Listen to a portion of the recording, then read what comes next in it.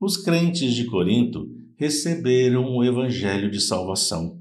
No entanto, não abandonaram o comportamento ímpio. Estavam há pouco tempo na difícil caminhada cristã, e muitos dos desejos carnais ainda dominavam suas vidas.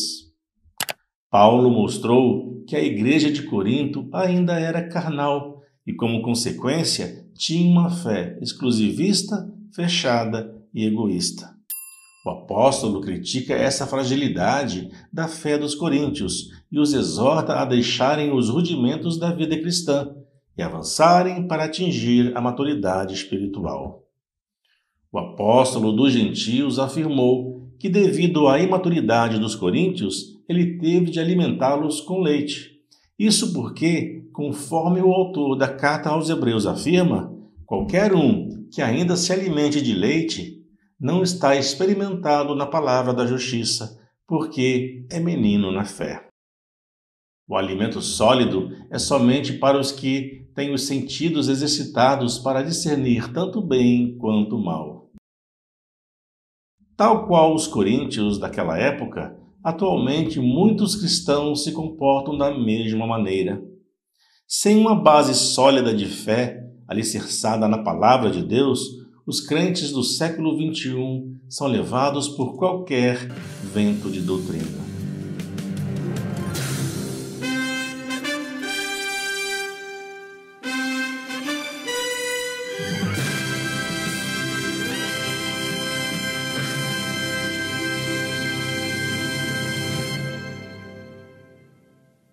O assunto da pauta de hoje é do leite racional à maturidade cristã. Versículo-chave, primeira epístola do apóstolo Pedro aos cristãos dos dias atuais, capítulo 2, versículos 2 e 3. Como crianças recém-nascidas, desejem de coração o leite espiritual puro, para que, por meio dele, cresçam para a salvação, agora que provaram que o Senhor é bom. A conversão do pecador é o nascer da água e do Espírito. Jesus afirmou: em verdade lhes digo, ninguém pode entrar no reino de Deus sem nascer da água e do Espírito. Os homens podem gerar apenas vida humana, mas quem nasce do Espírito é espiritual. Portanto, não se surpreenda se eu disser: necessário é nascer de novo. O batismo nas águas é o sepultamento público do velho homem, escravo do pecado. Ao ressurgir da água, uma nova criatura em Cristo nasce livre para viver em novidade de vida.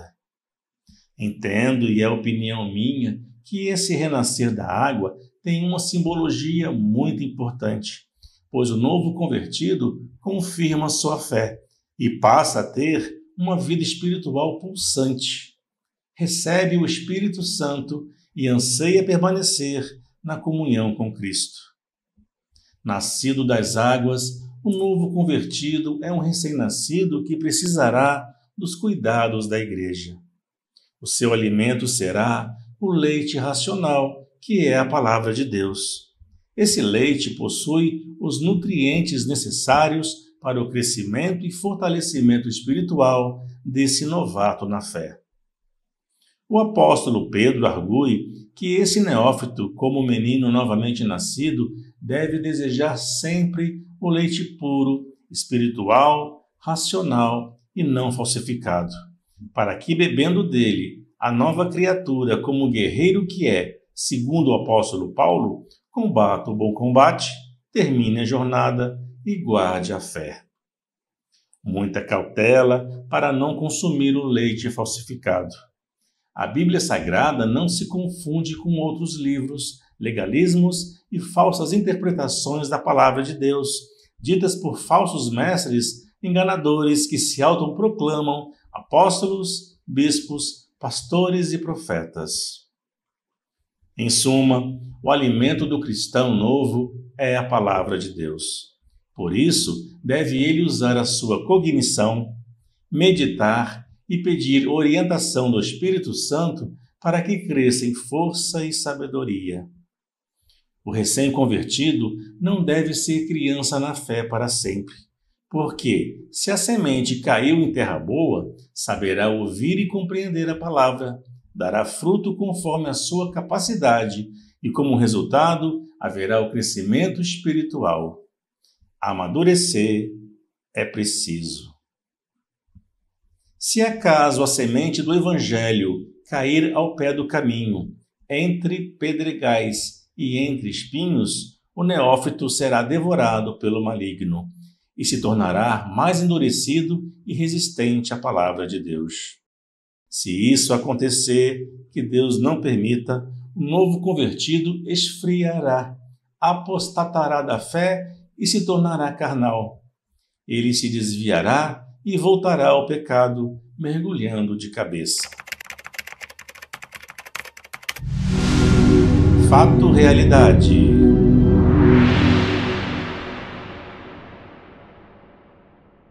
A palavra de Deus adverte: ajuntem riquezas no céu, onde as traças e a ferrugem não podem destruí-las, e os ladrões não podem arrombar e roubá-las.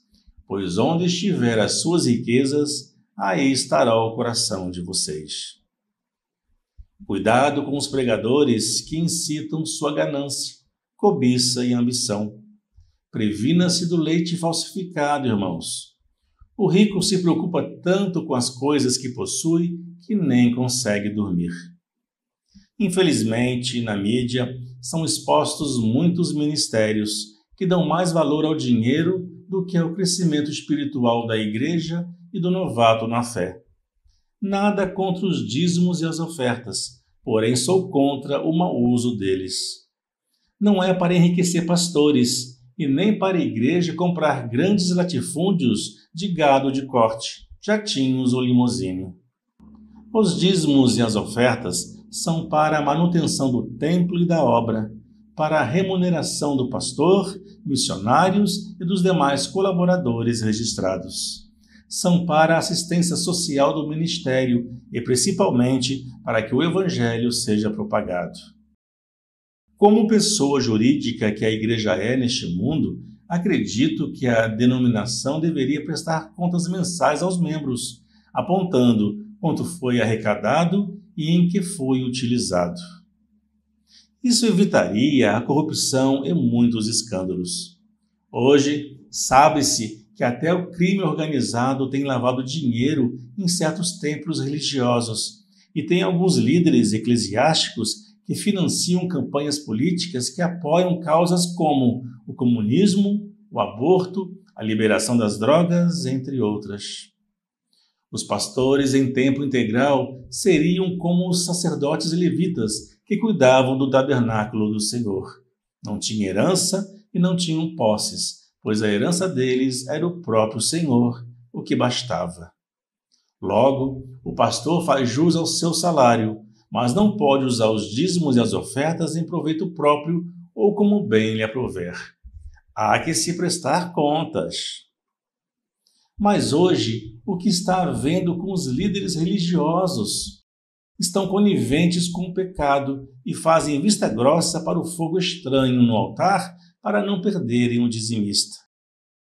Para os tais líderes, a tolerância a Jezabel e ao mundanismo está valendo, desde que os dízimos e as ofertas não parem.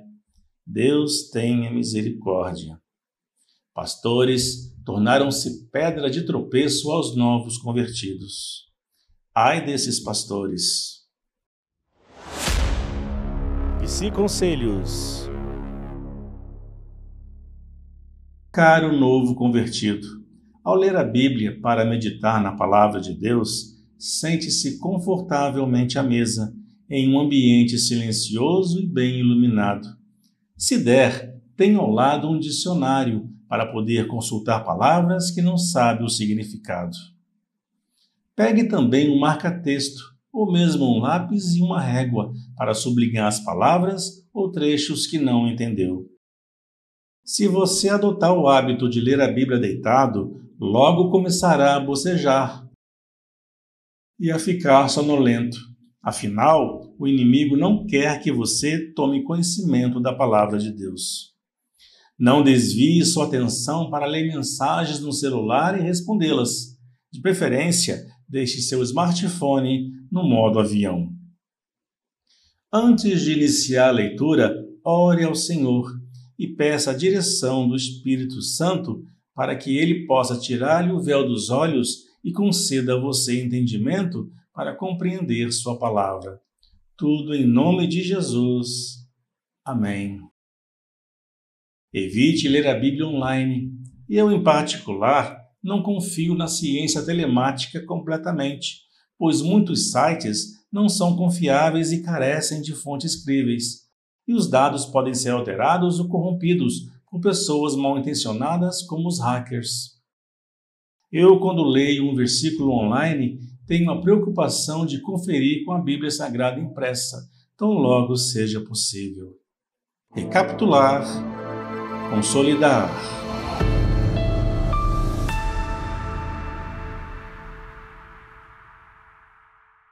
Como eu já havia dito na introdução, Paulo salientou certa vez que não pôde falar aos crentes de Corinto coisas espirituais maiores, pois ainda eram imaturos.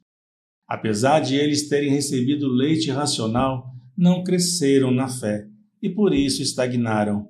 Não estavam preparados para o alimento sólido, ou seja, não estavam preparados para conhecerem a plenitude do Evangelho. Aquele cristão que ainda se alimenta de leite é criança na fé e não cresceu no conhecimento da justiça do Senhor, estando, portanto, despreparado e vulnerável às armadilhas e laços do diabo. O alimento sólido, ou seja, o Evangelho em sua plenitude, é para os experimentados na fé, que vivenciaram e testaram a fé em situações concretas, passando por tribulações e desafios, que fortaleceram a crença e a confiança em Deus, mostrando maturidade e um histórico de superação. Curiosidades. Vejam, irmãos, que interessante.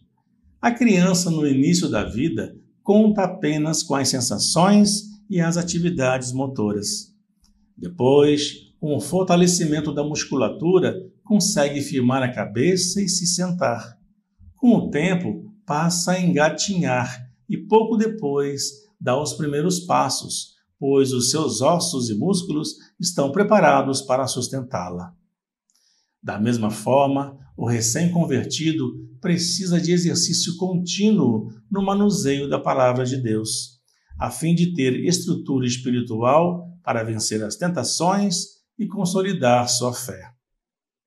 O apóstolo Paulo, mais uma vez, foi cirúrgico ao aconselhar a igreja e os novos convertidos. Procura apresentar-te a Deus aprovado, como obreiro que não tem de que se envergonhar, que maneja bem a palavra da verdade.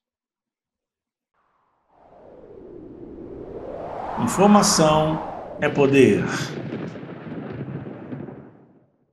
Meus irmãos, amigos e visitantes, os filmes e novelas bíblicas não substituem a leitura da palavra de Deus.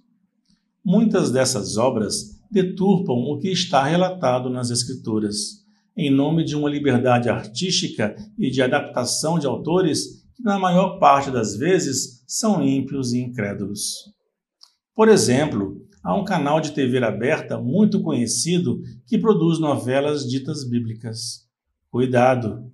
Muitas cenas e fatos foram acrescidos à história sem fundamento na Bíblia.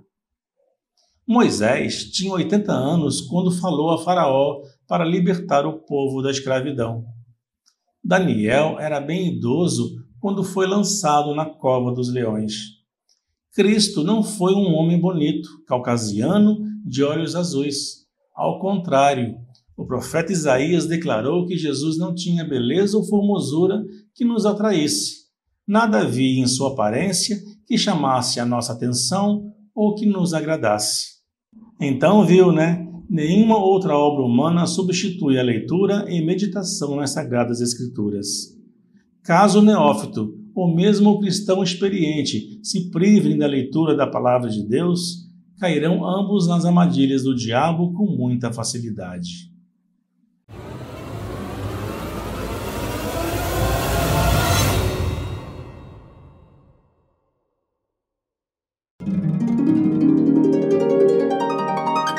Teste seus conhecimentos.